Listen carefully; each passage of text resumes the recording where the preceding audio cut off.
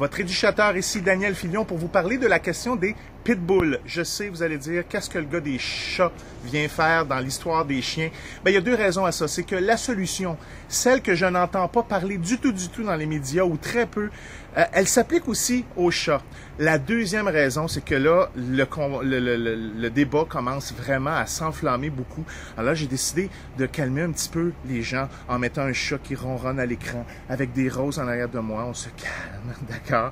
Et on va parler des solutions. Alors, la première chose à regarder, c'est l'interdiction des pitbulls. On va tout de suite la mettre de côté, celle-là.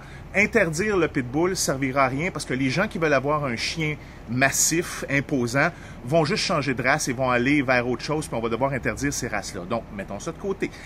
L'autre chose, c'est que, historiquement parlant, oui, c'est vrai, pourquoi on ne devrait pas interdire tous les gros chiens comme ça? Bien, c'est vrai, c'est la solution qu'on pourrait faire parce que, historiquement parlant, quand quelque chose est dangereux, l'homme va l'interdire. Sauf si cette chose-là profite plus à l'homme qu'elle lui nuit. Exemple numéro 1, la voiture. Hein?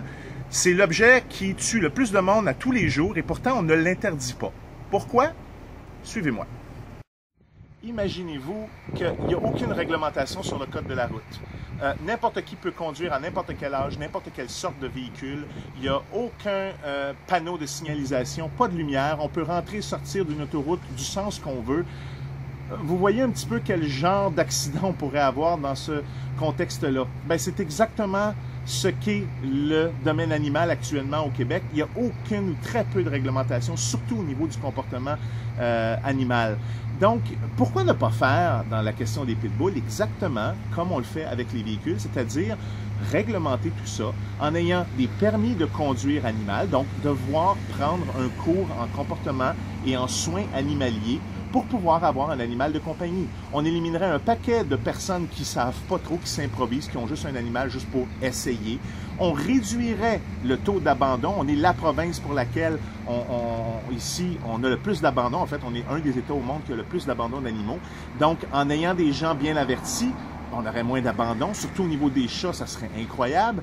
On éliminerait aussi les mauvais éleveurs, qui sont aussi la cause du problème qu'on a actuellement avec les pitbulls.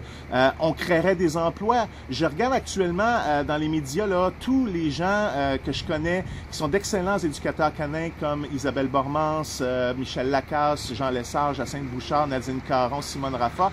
Tous ces gens-là ont eu des entrevues à la TV. C'est le bon côté de cette histoire-là, c'est qu'on parle de comportement animal. Bien, ces gens-là seraient prêts à prendre la relève. Évidemment, il faudrait s'assurer que les gens qui donnent les cours sont bien qualifiés, mais ça se fait relativement facilement. On a des très bons éducateurs canins. Et en plus, bien, ça créerait des emplois comme nous, vos éducateurs, pourraient finalement peut-être vivre de leur métier. Et on aurait une province qui est vraiment bien adaptée pour ce qui est de prendre soin des animaux. Je sais que ça ne se fera pas du jour au lendemain, qu'il va falloir y aller tranquillement, et c'est pas ça que je demande. Mais je demande qu'on arrête surtout de parler de solutions qui sont totalement inutiles. On dépense de l'argent et du temps sans jamais mentionner la vraie solution, celle de réglementer tout ça de la bonne façon. La Suisse l'a fait, l'Allemagne l'a fait avec un très bon taux de succès, des très peu de coûts. Pourquoi? Parce que les structures sont déjà là pour la voiture, pour les armes, des choses comme ça.